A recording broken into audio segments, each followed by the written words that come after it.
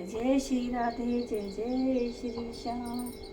बोलिए श्याम प्यारे की जय। ओम नमो भगवते विष्णु भगवान की जय। एक नगर में एक साहूकार रहता। सुनाते हैं एक बृहस्पतिवार की कथा। तो सुनिए आप सब भी बृहस्पतिवार की कथा। ओम नमो भगवते वासुदेवाय नमः। एक नगर में एक साहूकारनी रहते थे। साहूकारनी बड़ी ही कृपण थी।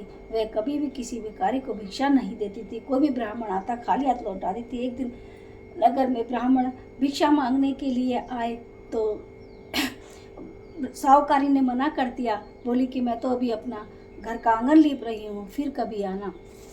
साहूकार चला गया। कुछ समय बाद वही साहूकार फिर भिक्षा मांगने के लिए आया। साहूकारनी ने फिर इस तरह से टाल दिया। बोली अभी तो मैं अपना लल्ला खिला रही हूँ, फिर कभी आना। ब्राह्मण फिर दोबारा से इसी तरह से चला गया। कुछ समय पश्चात वही ब्राह्मण फिर भिक्षा मांगने के लिए साहूकारनी के आवाज़ लगाई।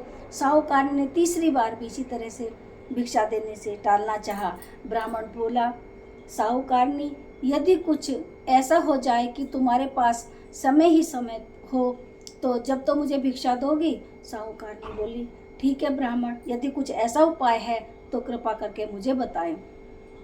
ब्राह्मण बोले, तो सुनो साहूकारनी, बृहस्पतिवार आएगा। बृहस्पतिवार को दिन चढ़े उठना, झाड़ू लगाकर कूड़ा एक कोने में इकट्ठा कर देना और सब लोगों से कहना हजामत बनवाएं, और धोबी से कहना कपड़े धोए रसोई बनाकर रसोई के पीछे रख देना।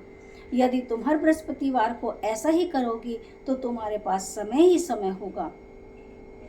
अब बृहस्पतिवार आया। साहूकारनी दिन चढ़े उठी, झाड़ू लगाकर कूड़ा एक कोने में इकट्ठा कर दिया। सब लोगों से बोली हजामत बनवाओ, और धोबी से बोल दिया कपड़े धोने के लिए। रसोई घर बनाकर रसोई के पीछे रख दी।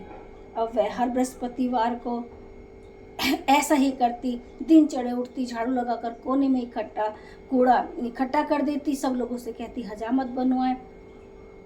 धीरे धीरे उसके घर में सभी भंडार खाली होने लगे। बाग बगीचे सभी सूखने लगे।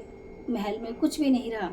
भूखे मरने लगे। एक दिन भूखी प्यासी बैठी रो रही थी और ब्राह्मण को याद कर रही थी। तभी ब्राह्मण की आवाज़, ब्राह्मण भिक्षा मांगने के लिए नगर में आया हुआ था। तभी ब्राह्मण की आवाज़ आई। ब्राह्मण को देखते कि साथ ही साहूकारनी हाथ जोड़कर रोने लगी, गिड़गिड़ाने लगी, उनके पैरों में पड़ गई। हे ब्राह्मण, मेरे से बहुत बड़ा अपराध हुआ है, कृपा करके मुझे क्षमा करें और मुझे ऐसा उपाय बताएं कि मेरे पास पहले की तरह धन दान भंडार भर जाएं। हमारे पास खाने के लिए भी दाना नहीं है, हम भूखे मर रहे हैं। ब्राह्मण को उसकी इस दया भाव को देखकर, उसकी दशा को देखकर दयाई बोले, साहूकारनी, अब मैं जो तुम्हें उपाय बताता हूँ कृपा करके उसे नियम अनुसार करना। साहूकारनी बोली, बताओ ब्राह्मण, जैसा आप कहेंगे मैं वैसा ही करूँगी।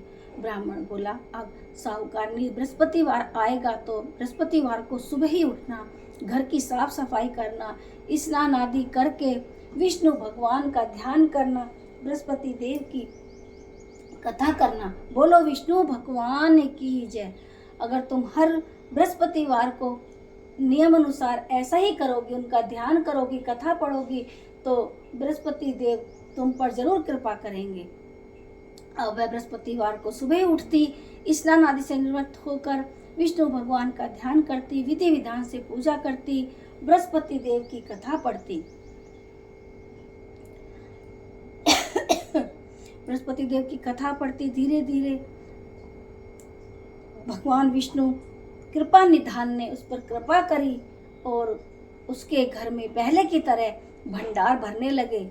अब वह किसी को भी खाली हाथ नहीं लौट आती थी। उसने नगर में नदी तालाब खुदवाए, बाग बगीचे लगाए, गरीबों के लिए, प्यासों के लिए प्याऊ खुदवाई, गरीबों के लिए अन्न धन के भंडार लगवाए।